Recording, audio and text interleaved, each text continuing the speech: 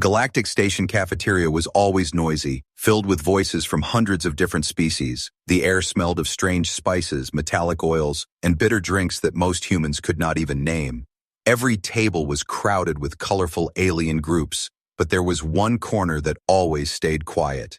In that quiet corner sat the humans. They carried simple metal trays with food from Earth. The smell was warm, rich, and sharp. It was different from the cold, bland meals that most species ate on the station. The aliens often turned their heads away, whispering to each other with suspicious eyes. "They eat strange things," one alien hissed, its skin glowing faint blue as it stared from a distance. "What if it is poison?" another muttered. "I heard their food is too strong for our bodies. It could kill us." Rumors like these had spread across the entire station. The humans ignored the whispers. They ate calmly, laughing quietly with each other. One human broke bread and handed it to another. Another poured soup into a small bowl and shared it with his friend. The act of sharing was strange to many aliens, who ate only for survival. On this day, however, something different happened. A young alien officer named Relac walked past the human corner, his long tail dragged nervously across the floor. He kept his eyes fixed on the tray of food, the golden brown bread, the steaming soup, the bright red fruit that shined like fire. Curiosity pulled him closer. The cafeteria grew silent. Dozens of alien eyes followed him as he walked toward the humans. Some whispered, "Is he crazy?" Others laughed softly, "He will regret it." The humans noticed him. One of them, a woman with dark hair tied back neatly, gave him a small smile. She shifted her tray forward as if to invite him to sit. Relac hesitated, his heart beat fast. He was warned since childhood never to touch human food. His commanders had told him it was dangerous, but the smell was pulling him. It reminded him of warmth, of something he had never tasted before. He swallowed hard and asked in a trembling voice, What are you eating?"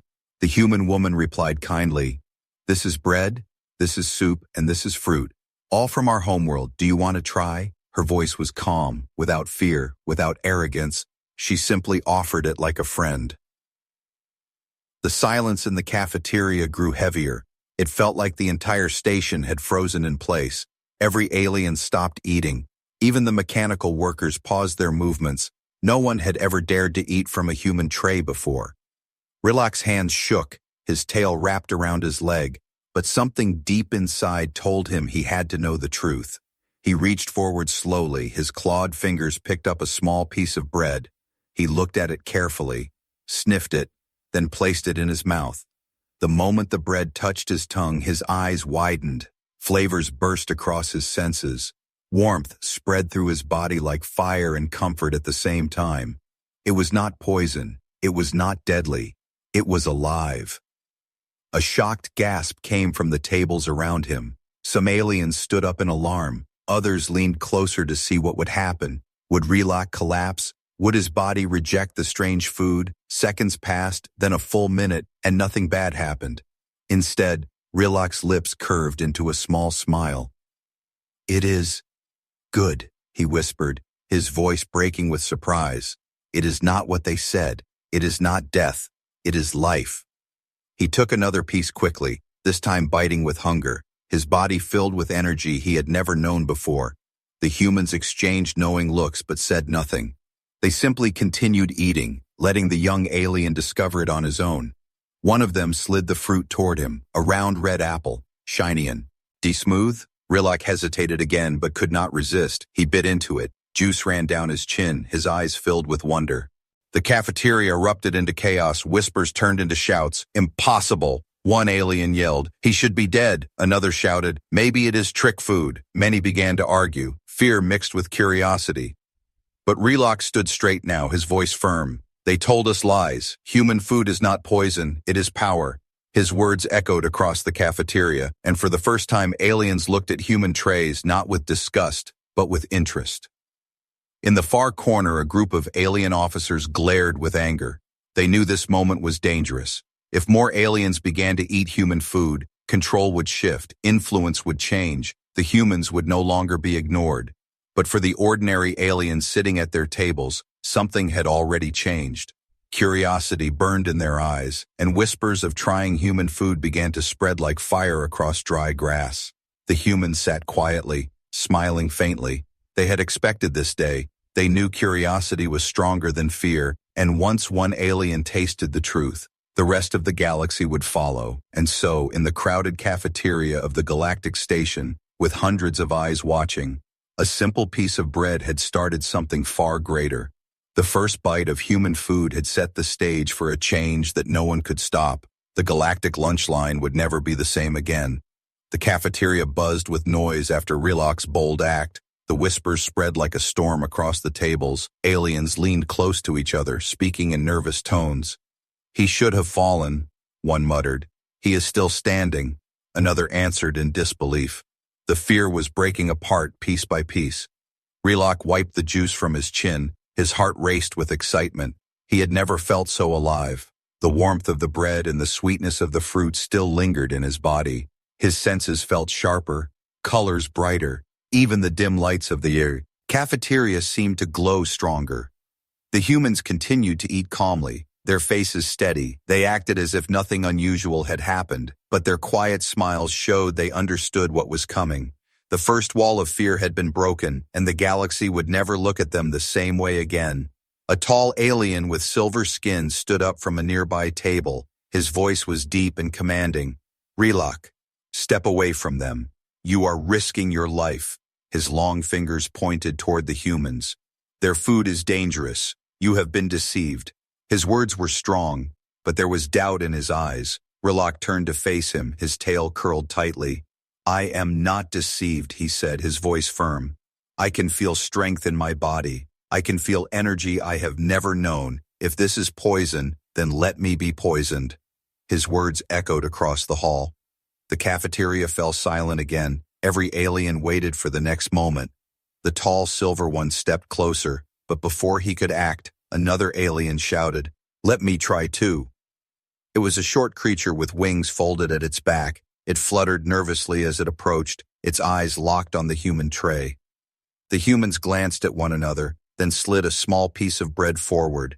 The winged alien hesitated only a second before snatching it. It chewed quickly, its wings quivered, its eyes widened, and then it let out a sharp cry. "It is wonderful!" The room erupted into chaos. Dozens of aliens now shouted, some demanding to try, others screaming to stop. Guards at the door reached for their weapons, unsure whether they were about to break up a riot or witness history. The humans stayed calm. They shared small pieces, one at a time, letting the brave ones come forward. Each alien who tasted it showed the same shock, the same surprise. They did not collapse, they did not die. They felt stronger, clearer, alive. But in the shadows of the hall, not everyone was pleased. A group of officers from the dominant core empire watched with burning eyes. To them, control of food meant control of power. If humans could sway the weaker species with nothing more than bread and fruit, then the balance of the galaxy would be shaken. One core officer whispered to another, "This must be stopped before it spreads." Another replied, "Yes, or soon the station itself will follow human influence."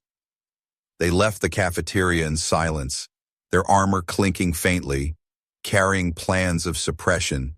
Back at the tables, a large reptilian alien slammed its claws down. "I will taste it as well," it growled.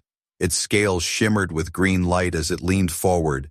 The humans gave it a steaming bowl of soup. The reptile sniffed cautiously, then swallowed the liquid in one gulp.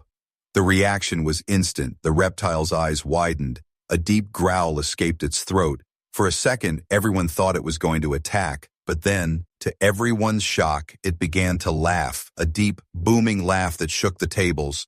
"This is not food, this is fire, this is strength," it roared. The crowd gasped, some with fear, some with awe.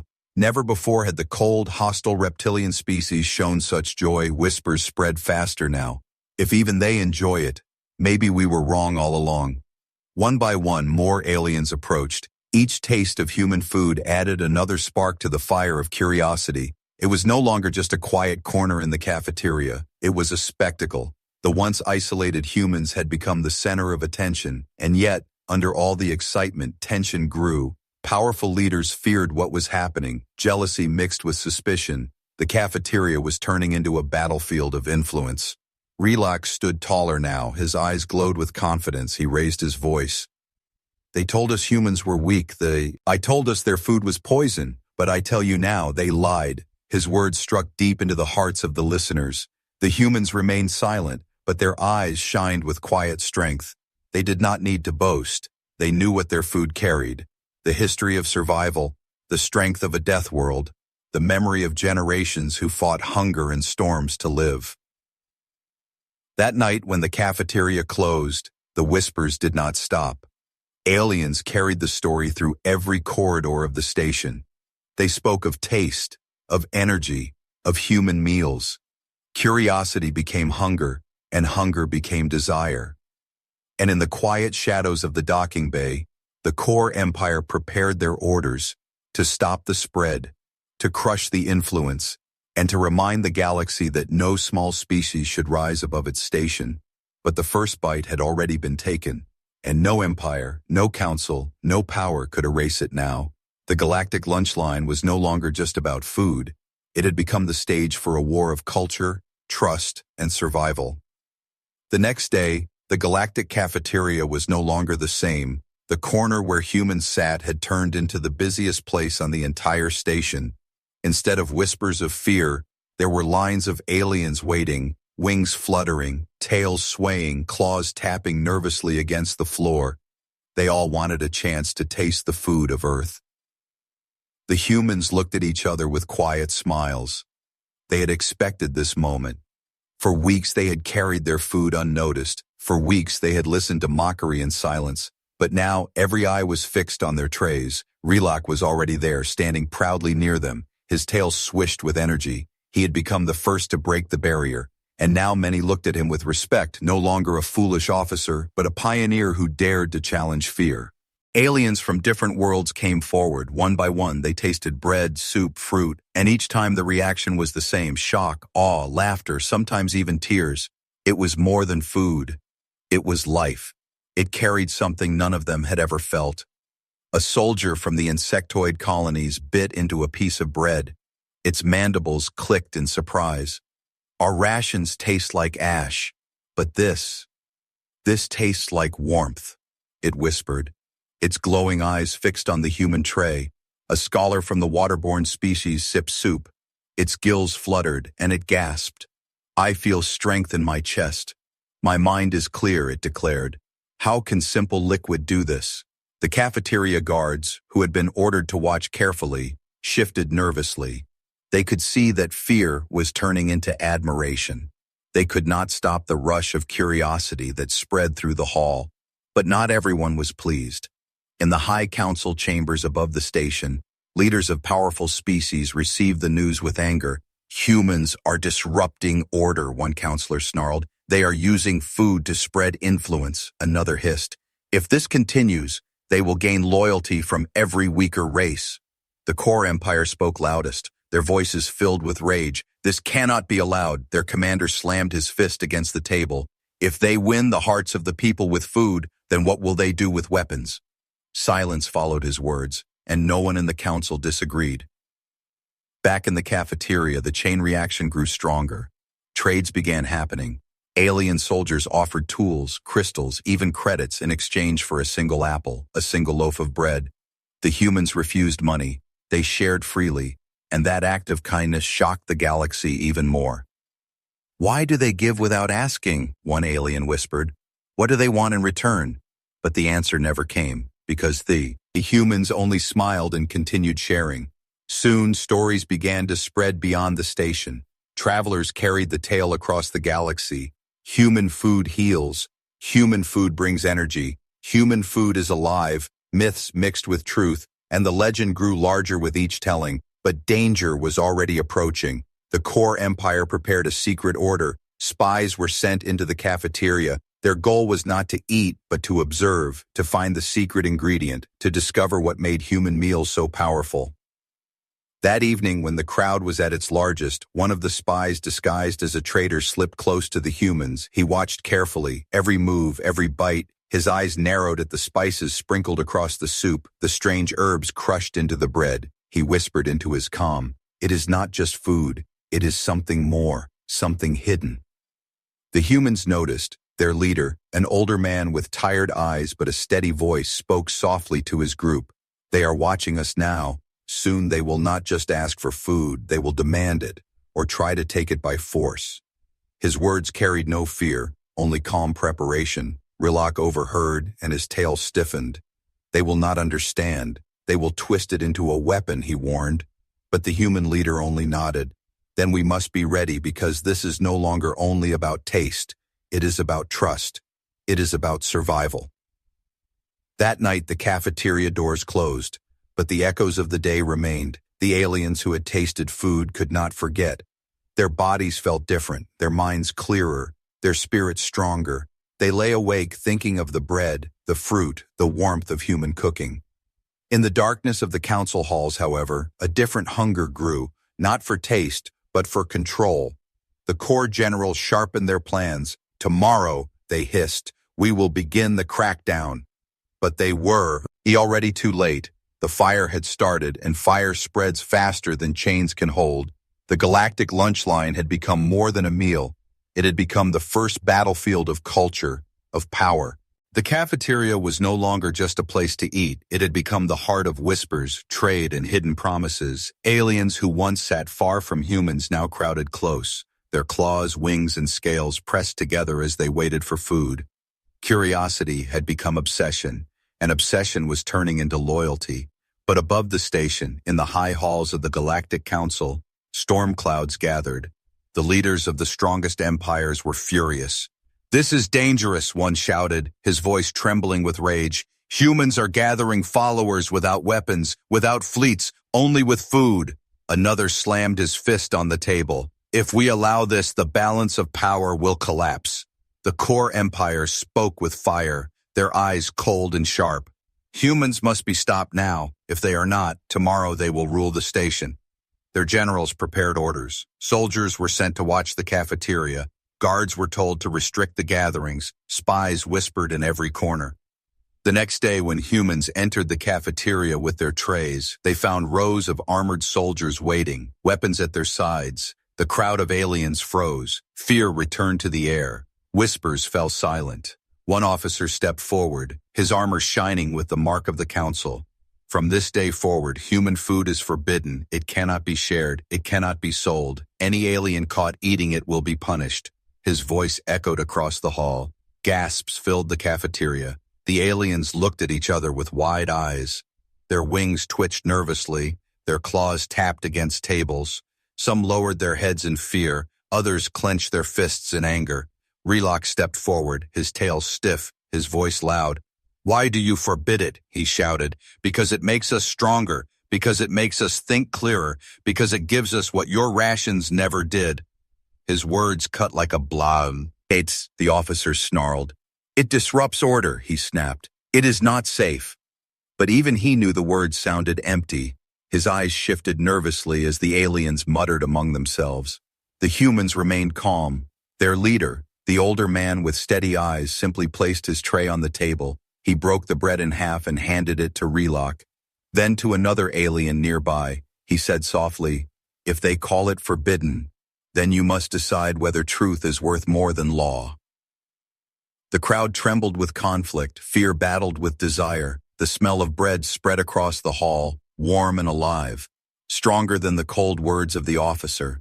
The first alien to move was the winged creature who had tasted bread days ago. It stepped forward, ignoring the soldiers. It took the bread and ate. Its wings shook with energy. "I will not go back to empty rations," it cried. "I choose this food."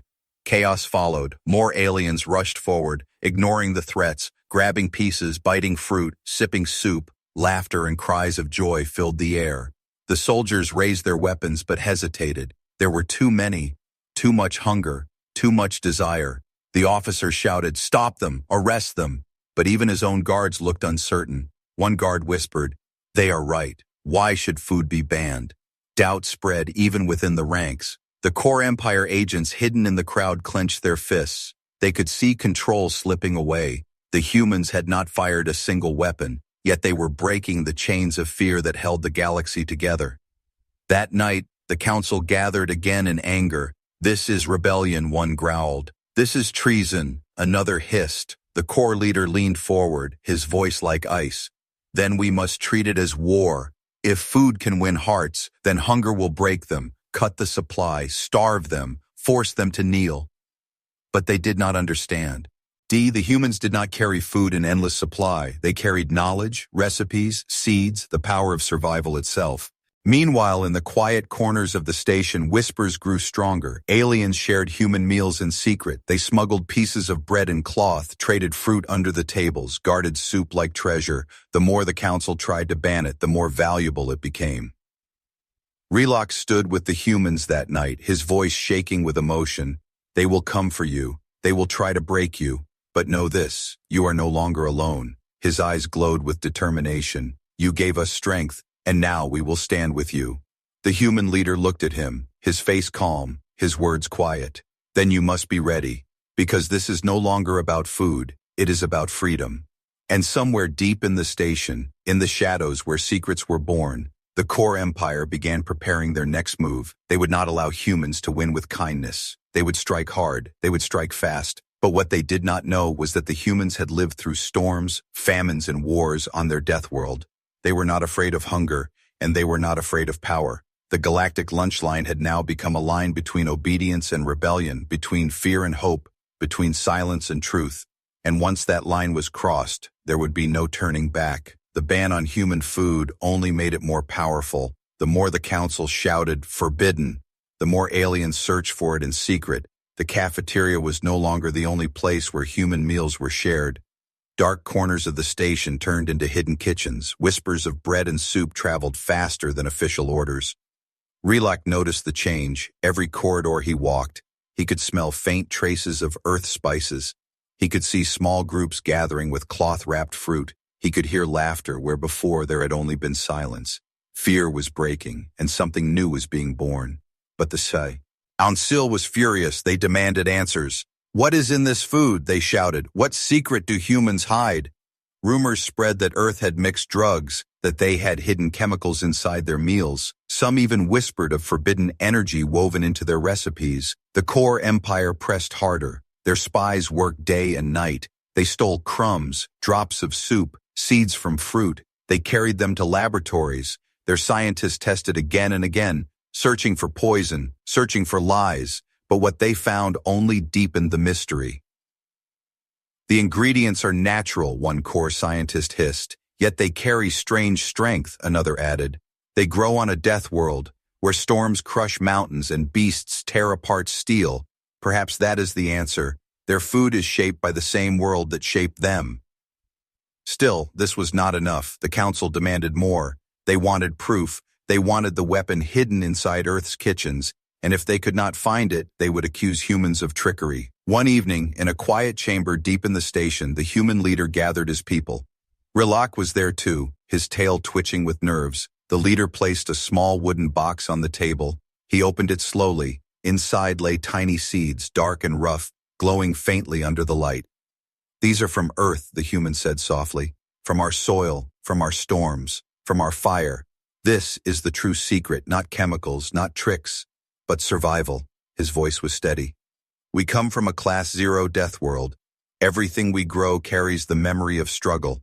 When our crops survive, they are stronger than steel, and when we eat them, so are we." Relok stared at the seeds, his chest tight. "So this is why the food feels alive," he whispered, "because it carries the battle of your world." The human leader nodded. "Yes. And that is what they fear, not poison, not sickness, but strength, the strength of a world that never forgives weakness." At that moment, the door burst open. Core soldiers stormed inside, their armor gleamed, their weapons raised. "By order of the council, hand over your secret," their commander barked. "The seeds belong to the galaxy, not to you." The humans did not move, they stood silently. The leader closed the box gently and slid it back into his coat, his eyes calm. "These seeds are not weapons," he said. "They are gifts, but a gift cannot be stolen. It must be shared freely, and only when others are ready." The commander snarled, his claws gripping his blaster, but before he could act, Relok stepped forward, his tail lashing. "Enough," he shouted. "I have eaten their food, I have felt their strength, and I will not let you take this from them." Other aliens rushed into the chamber. Some carried pieces of bread, others held fruit in their hands. Their voices rose together. "You cannot ban truth," they cried. "You cannot silence life." The chamber filled with shouts, with defiance. The core soldiers hesitated. Their eyes darted between the humans and the growing crowd. They could feel the tide shifting. For the first time, power was not in weapons, but in unity. The commander growled and gave the order to retreat. His soldiers backed away, their armor clanking, their anger burning. "This is not over," he hissed. "You will regret this defiance." Then they vanished into the shadows, leaving behind the echo of their threat. Rilak turned to the humans, his eyes blazing with loyalty. "They fear you because you carry something they cannot control," he said. "But now it is too late. Your food has already planted its seed in us, and no empire can uproot it." The human leader placed the box on the table again. He looked around at the gathered aliens, his voice calm but powerful. "Then we must protect it together, because what grows from these seeds will change the galaxy forever. Oh." Outside, the station buzzed with rumors of what had happened. Some said humans carried living fire, others said they carried magic, but all agreed on one thing: the lunch line had become more than food. It had become a movement, and far away, in the core war chambers, generals sharpened their blades, their ships prepared for war. "If seeds can make them strong," they hissed, "then fire will make them weak again." The galaxy stood on the edge, between bread and blood, between unity and war, between survival and destruction, and it all began with a simple seed from Earth. The galaxy was already restless, but then came the shadow that no one expected. A sickness spread across the station, silent and deadly. It began in the lower decks, among traders and workers. Soon it climbed higher, striking soldiers, officers, and even council members. The plague moved fast, faster than any known disease. Bodies grew weak, scales dulled, wings stopped fluttering. Even the strongest warriors collapsed in silence. The medics tried everything: alien medicines, energy infusions, nanotech, but nothing worked. Every corridor of the station carried the sound of coughing and fear.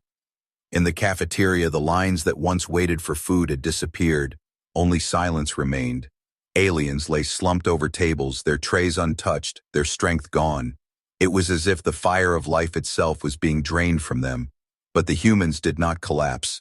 They walked the halls steady, their eyes sharp, their skin alive. They carried their food as before, and while others grew weaker, the humans remained strong. Rumors spread like wildfire. "They are immune," one alien whispered weakly. "Their food protects them," another muttered. "Maybe their secret seeds hold the cure." The whispers turned into desperate cries. The council gathered, their voices weak, their faces pale. "We must ask them," one admitted. "We have no choice," another agreed. Even the proud core leader clenched his teeth, knowing the truth. "If we do not bend, we will break," he said bitterly. So for the first time, the council walked into the cafeteria together, their robes dragging, their steps unsteady. They faced the humans with hollow eyes. The core commander growled the words that tasted like poison in his mouth. We need your help." The human leader looked at them calmly, his hands resting on the wooden box of seeds, his voice quiet but clear. "We told you, these are not weapons, they are gifts, but you feared them. You tried to ban them, you tried to take them. Now you understand what they truly are: survival." The counselors lowered their heads, some trembling with shame, others with anger, but none could deny the truth. Their people were dying, and only the humans stood strong. Rilak stepped forward, his voice fierce. "You called it poison, but it is life. You tried to silence them, but now you beg them. Do you see now? Their food carries the spirit of their world, a world that never dies." The human leader opened the box. He held up the seeds for all to see. "If you want strength, you must plant with us, cook with us, eat with us. But know this, once you taste, you will never be the same, because survival changes you. It changes everything." The council hesitated. Fear battled pride, but desperation won. One by one they stepped forward, their hands trembling as they accepted bread, soup, fruit. Each bite lit their bodies with fire. Warmth spread through their veins, color returned to their skin. The coughing stopped, the sickness faded. The cafeteria erupted, not in chaos this time, but in tears, laughter, relief. Aliens cried out with joy as strength returned to their limbs. The plague that threatened to destroy the station was broken not by medicine, not by science, but by food.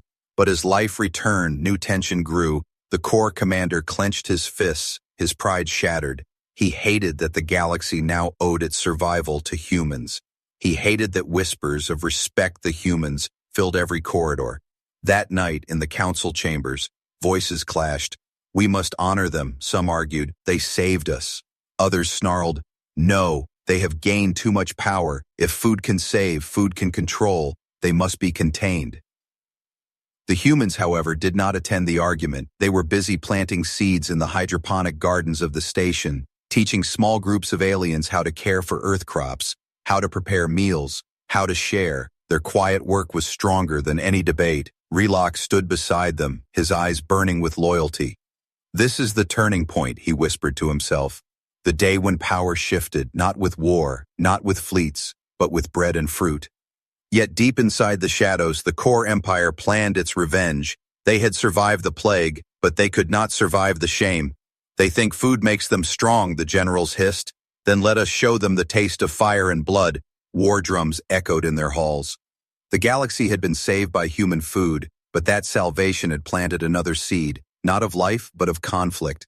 And the galactic lunch line was about to become the front line of war. The plague was gone. The station was alive again. Laughter returned to the halls. Footsteps filled the corridors. The cafeteria buzzed with voices once more. But something had changed forever. Where once humans sat alone in the corner, now their tables stretched across the hall. Aliens of every species sat beside them, sharing bread, sharing soup, sharing fruit. The cafeteria was no longer divided by fear. It had become a place of unity. But unity came with danger. In the shadows of the galaxy, the Core Empire sharpened its rage. Their fleets gathered like storm clouds. Their generals roared in secret chambers. The HFY